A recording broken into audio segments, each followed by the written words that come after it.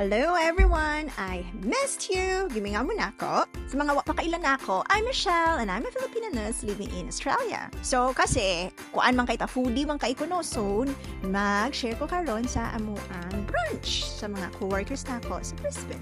I was working in Brisbane before I came to Sydney to work as a nurse. So mo ni siyang masalama na ako, but farewell party na ako. So we went to this all-you-can-eat hot pot and sushi plate. If you can see, you have sides na siya lumpia, na siya katapitong takoyaki balls, and then apple siya fried chicken, fried rice. You have different soup base for your hot pot. Shabu Shabu. Na siya miso soup, spicy miso, na siya tom yum soup, tapos siya katong malatang. So, ingon akong mga kauban, pinaka the best daw ang tom yum soup. And then these are your ingredients for your shabu shabu, all types of noodles, seafood. Unya, napad sila like octopus, na siya like clams, and they have vegetables, mushrooms, as in, lami kaayo. This is for everyone. And tapos, the star of the show, sushi and sashimi.